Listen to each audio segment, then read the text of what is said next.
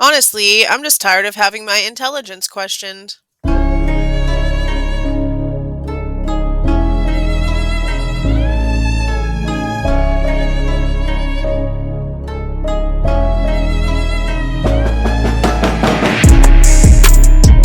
Hey guys, this is Jules with True Crime Reactions. Now, apparently, as of today, all of whatever the FBI were doing over at the King Roadhouse is done. They've now boarded everything back up and they have stopped doing all of these 3D modeling and sound recordings and whatever all this measurement stuff is they were doing at that house. Okay.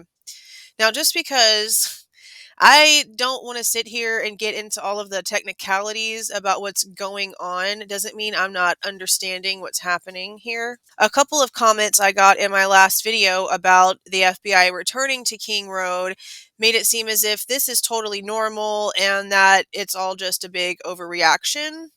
And that's not the case, and I'm going to continue to stand by that because we've been lied to about what they have actually collected at King Road this entire time, and that was the entire point of my reaction to what they were claiming was going on there.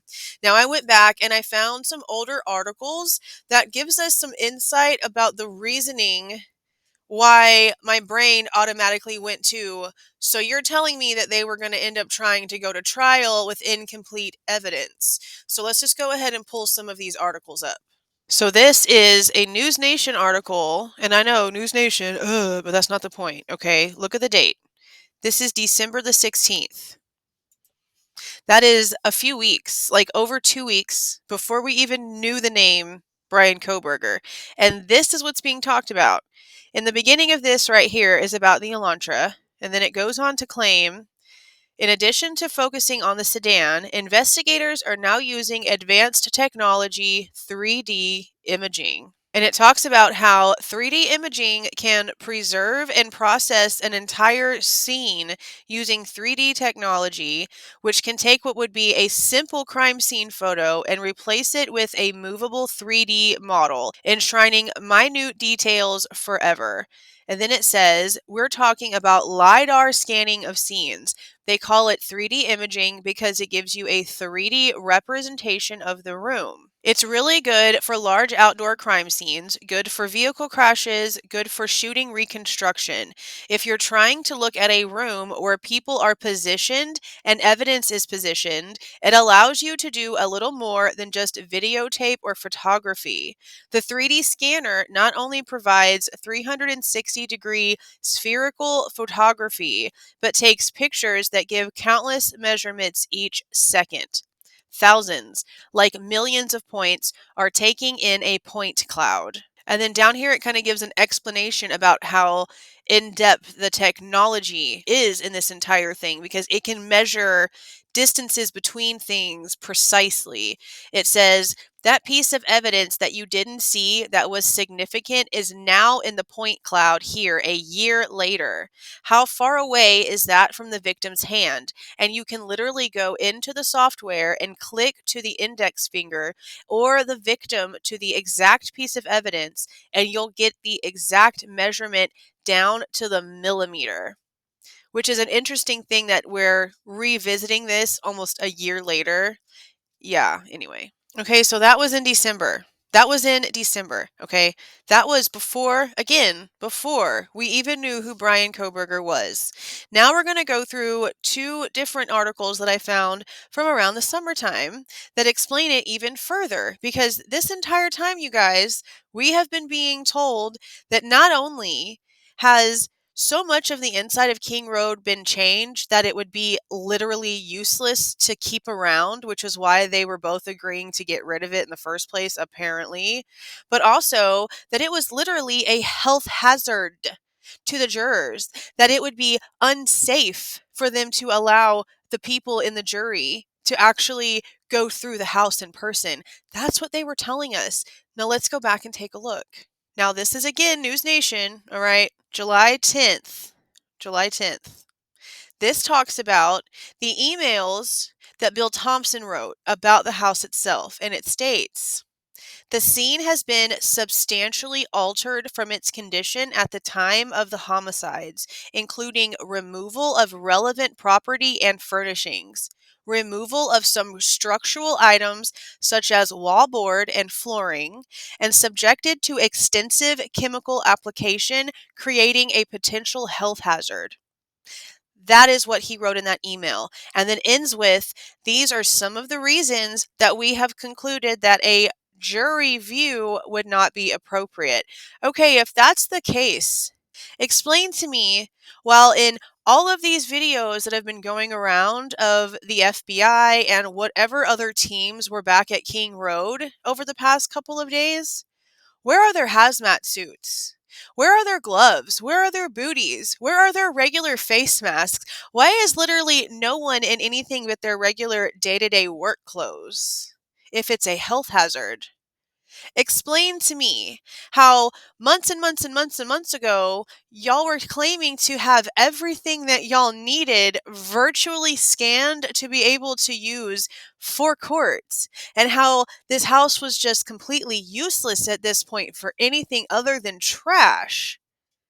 And now we have you guys going in and spending how many more hundreds of thousands of taxpayer dollars to now go in and do this, knowing that the way that y'all are claiming that y'all have completely obliterated the inside of that house, that sound is not going to travel the same anymore, that things are not going to be as they were that night whatsoever. I don't understand the point and how stupid they think that most of us really are here.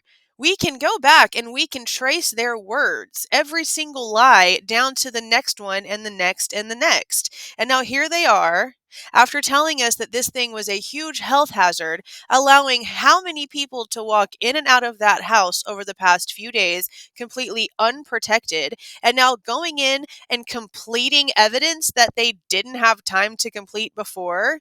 And they were just going to take this entire case to a firing squad type situation with an incomplete virtual scan to present as evidence. And no one sees the problem with that.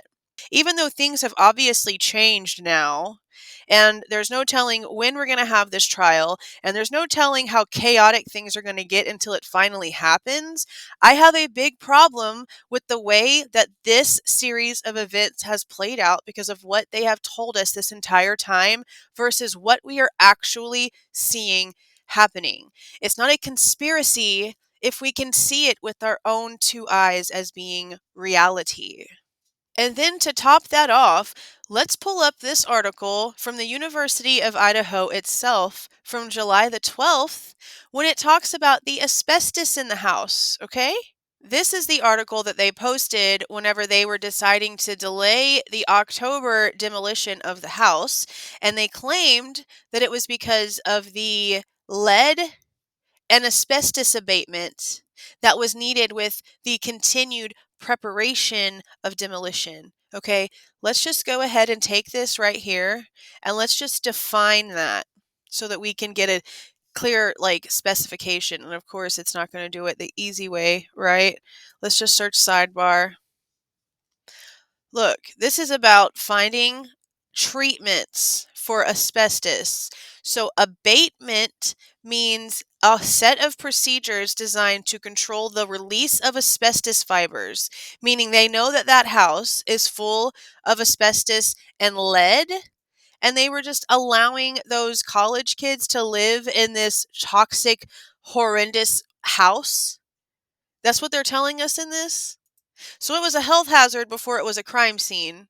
But now it must not be too much of a health hazard because look at all these people walking around in there all willy-nilly with nothing on their face or nothing.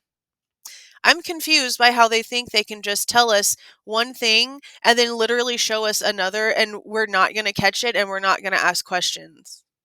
At this point, I don't even pay attention to if Bryan Kohberger is innocent or guilty. Again, I want him to be the right guy. I want them to have what they have, and I want this to really be true justice for the victims. But they literally are showing us right here that they were about to take this entire thing to trial.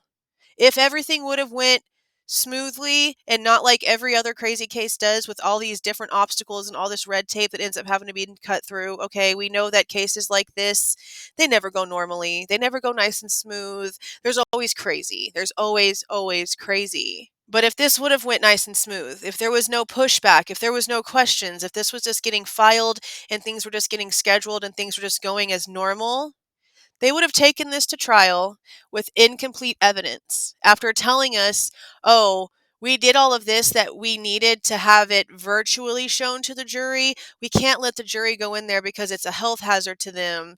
And now they're changing that. They might not be physically saying it, but we're watching it. They weren't even smart enough to make sure that these people had like gloves and masks on as they walked through that health hazard of a house. Make it make sense, you guys. I don't even understand anymore. My brain is mush at this point, okay? That is it, though. If you guys liked what you saw here, do not forget to leave a like on your way out. Subscribe to the channel if you are not subscribed already. See y'all.